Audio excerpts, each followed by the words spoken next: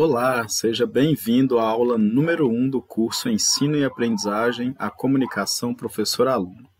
Nessa aula nós vamos falar um pouco sobre alguns dos principais aspectos que causam dificuldades, nessa comunicação entre professores e alunos e vamos abordar também alguns dos principais tipos de comunicação em sala de aula.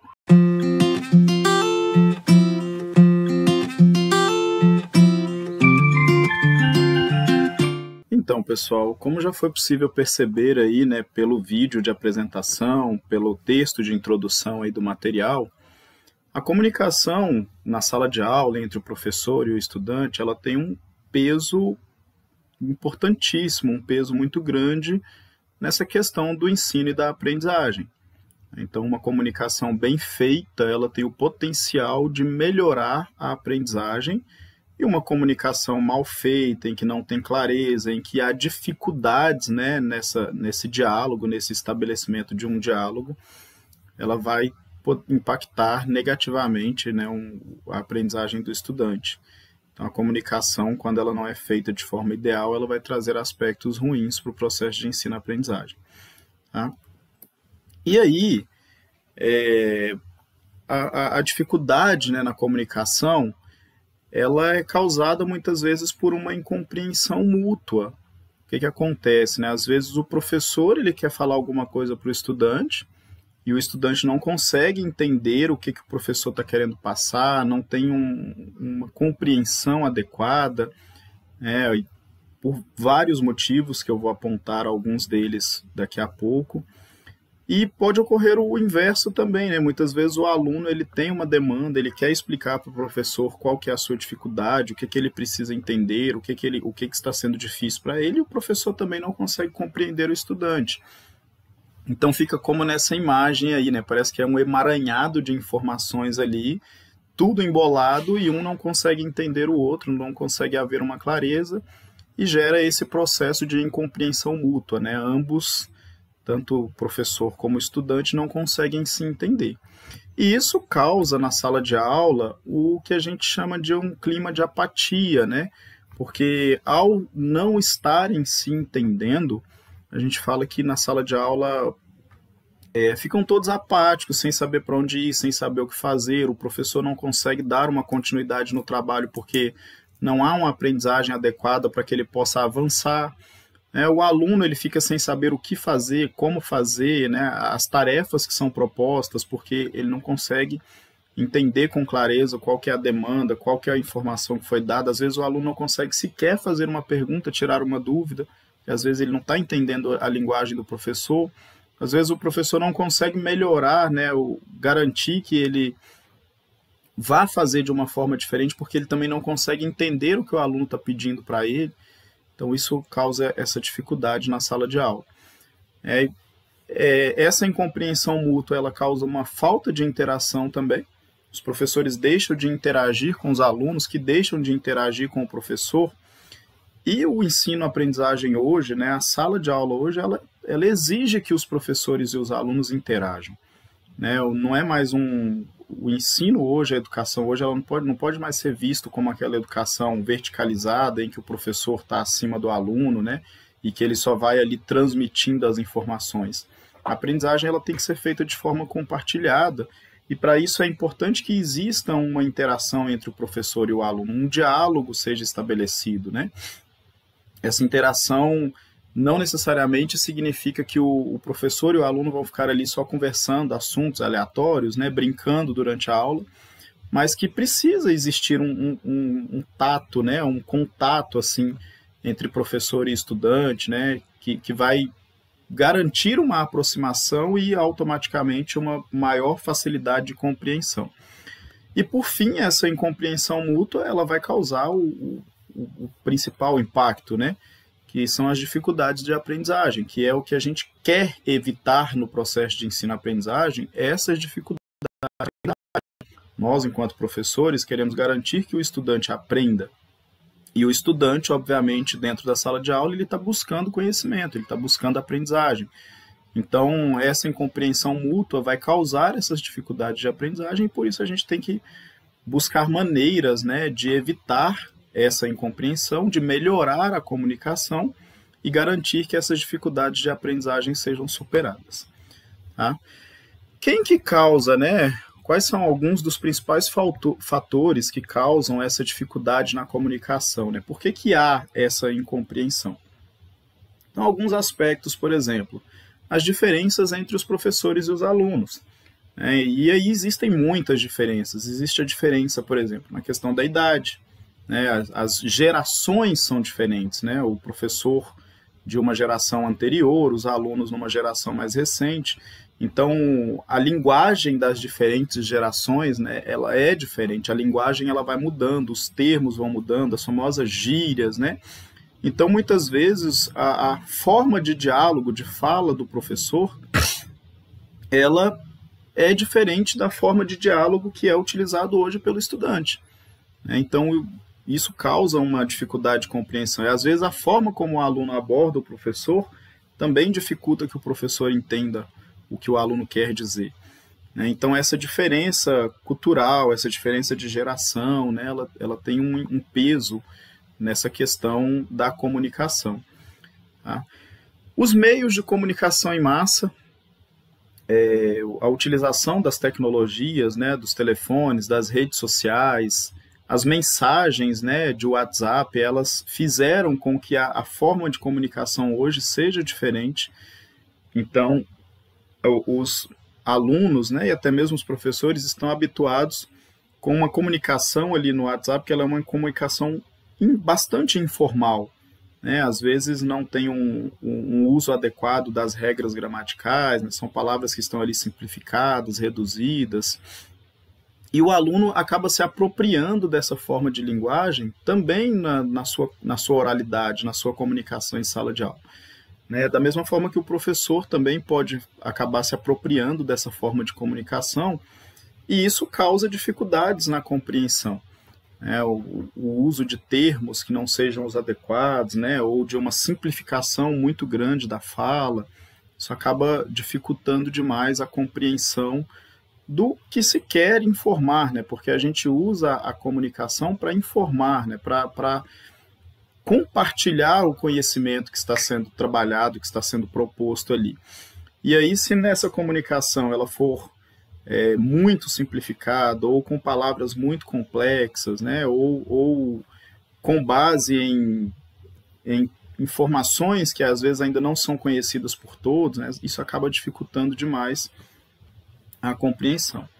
O uso de questões de múltipla escolha, né, de forma exagerada, muito corriqueira, isso também dificulta a comunicação, porque nas questões de múltipla escolha, os alunos acabam não tendo o hábito, né, a necessidade de escrever, de desenvolver a parte escrita, a parte de comunicação, né?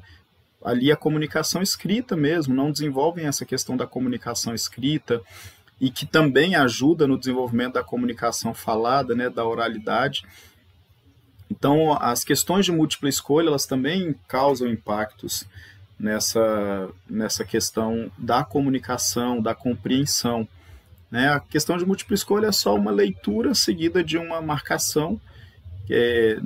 Quando eu falo só, não é no sentido da simplificação da questão, né? Existem questões de múltipla escolha que são muito bem elaboradas, mas é no sentido de que não há um esforço, não há uma necessidade do estudante dele escrever por extenso, ele desenvolver, né, aquilo que ele está querendo dizer, aquilo que ele pensou, né, que ele mentalizou, ele colocar aquilo ali de forma escrita.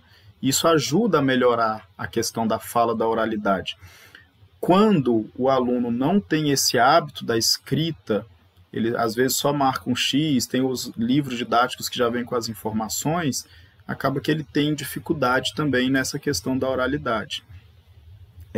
Outra questão que causa grandes problemas, né, nessa questão da comunicação é o uso de palavras desconhecidas. Muitas vezes o professor, por ele já ter uma experiência, né, ele já tem uma experiência na sua área de atuação, obviamente, acaba utilizando muitos termos técnicos ou palavras que não fazem parte do cotidiano, né, do contexto do estudante.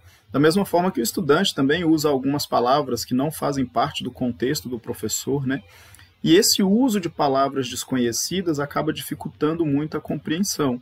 Então, no caso do professor, por exemplo, que tem muito hábito de utilizar termos técnicos, ele pode substituir muitas vezes esses termos técnicos por sinônimos, por outras palavras que vão ser mais conhecidas pelos estudantes e aos poucos, né, ele ir chegando nesses termos técnicos, usando palavras que sejam sinônimos ou usando os termos técnicos, mas explicando o que significam esses termos técnicos, né, porque não é abrir mão também de usar esses termos, porque o aluno precisa conhecê-los, o aluno precisa aumentar o seu vocabulário, mas sempre usar de forma cuidadosa. Não é só falar o termo técnico, jogar no ar e esperar que os alunos já conheçam, já saibam, né? Sempre com orientação, com explicação, com sinônimos que facilitem a compreensão. Da mesma forma que os alunos têm que entender que muitas vezes alguns termos que eles utilizam no seu dia a dia, né, nos grupos de amigos, que faz parte da geração dele, né, faz parte dessas novas gerações, muitas vezes são palavras, são gírias, são termos, né, que não são conhecidos pelo professor também. Então, ambos têm que ter esse cuidado, né, com a questão das palavras que vão ser utilizadas. E a própria falta de interação, que é uma consequência da dificuldade da comunicação, ela também pode ser a causa da dificuldade de comunicação. Porque se você não interage, o professor não interage com o estudante não interage com o professor, também não há uma troca de conhecimentos, uma troca de palavras, de termos que ajudem numa compreensão mútua, que ajudem um a entender o que o outro quer dizer. Então, a interação, né, a aproximação entre o professor e o aluno também ajuda a melhorar a comunicação. Quando não há essa interação, quando não há essa aproximação, a comunicação também se torna difícil. Tá? E aí, quais são, né, os principais tipos de comunicação? Porque muitas vezes a gente pensa que a comunicação ela é só uma comunicação oral, né? É só a fala. A gente pensa que é só a nossa fala que é uma forma de comunicação dentro da sala de aula. E, na verdade, não é. Existem outros mecanismos de comunicação que, se não forem bem feitos também, causam dificuldades na aprendizagem. Então, a comunicação oral, que é a falada, né, é a mais conhecida e é sempre o que a gente imagina, né? Falou de comunicação, a gente já pensa nessa questão da oralidade. Mas a comunicação visual, os recursos audiovisuais e a comunicação escrita são outras formas de comunicação na sala de aula que são igualmente importantes e que precisam ser trabalhadas de forma adequada para garantir a compreensão das informações e automaticamente a aprendizagem por parte do aluno. Tá? Então, como eu disse, a comunicação oral é essa questão da fala, né? Da gente estar conversando com o outro sujeito por meio da fala. A comunicação visual é quando a gente faz uso de vários mecanismos, né, visuais que dão auxílio nessa comunicação. Então, por exemplo, quando a gente trabalha com slides, que a gente faz uso de imagens, essas imagens fazem parte dessa comunicação visual. Um gráfico que a gente utiliza, se esse gráfico não for adequado, não estiver com cores que estejam diferenciando as informações, se ele não tiver uma legenda, né, então o aluno ele também vai ter dificuldade de entender aquela informação visual, aquele gráfico que está sendo apresentado. Se a imagem é uma imagem ruim, que não tem contexto, que não está relacionada com o que você está falando, né, então esse visual ele também tem impacto na questão da comunicação. Os recursos audiovisuais, né, como por exemplo as videoaulas que a gente utiliza, se não tiver uma linguagem adequada, imagens que sejam adequadas, um som que seja adequado, ele também causa dificuldade na comunicação. E aí a comunicação escrita, né? Por exemplo, livros didáticos fazem parte dessa comunicação escrita. As informações que você anota no quadro para o seu aluno copiar, para o seu aluno, orientações que ele precisa ver de alguma tarefa que ele precisa executar durante a aula ou, né, atividade de casa, enfim. Se essa comunicação escrita ela também não for bem feita, se não tiver uma clareza na escrita, uma descrição adequada, né, palavras, termos que sejam adequados, também vai haver dificuldade de compreensão. Tá? Então, a comunicação ela não é só a fala. Por exemplo, no visual, a nossa própria postura é uma forma de comunicação. o que a gente faz com o rosto, né? Se a gente demonstra estresse no nosso olhar, no nosso rosto, ou se a gente demonstra tristeza, né? Os alunos conseguem perceber essa variação de sentimentos na nossa expressão facial. E isso interfere na forma como eles vão reagir também, na forma como vai estar a expectativa deles. Então, se eles percebem que o professor, por exemplo, está dando aula com alegria, essa comunicação visual da expressão, da alegria, de estar disposto, isso, de certa forma, agita, né, contagia o aluno de forma positiva a querer aprender. Ele fala, não, o professor está tão empolgado, né, com o conteúdo, com a informação, e aí ele fica motivado também. Então, as formas de comunicação, elas são variadas, né? E todas elas são igualmente importantes nessa questão do ensino e aprendizagem. Se elas forem trabalhadas de forma adequada, cuidadosa, né? E vocês aí agora vão entendendo por meio desse material o que a gente pode fazer, né, para ir melhorando essa comunicação, entendendo os diversos aspectos, né? Então, se a gente conseguir melhorando nessa questão da comunicação, isso também vai garantir, ou pelo menos vai auxiliar que a aprendizagem ela possa também ser melhorada dentro de sala de aula. Tá bom? Bons estudos, até o próximo vídeo.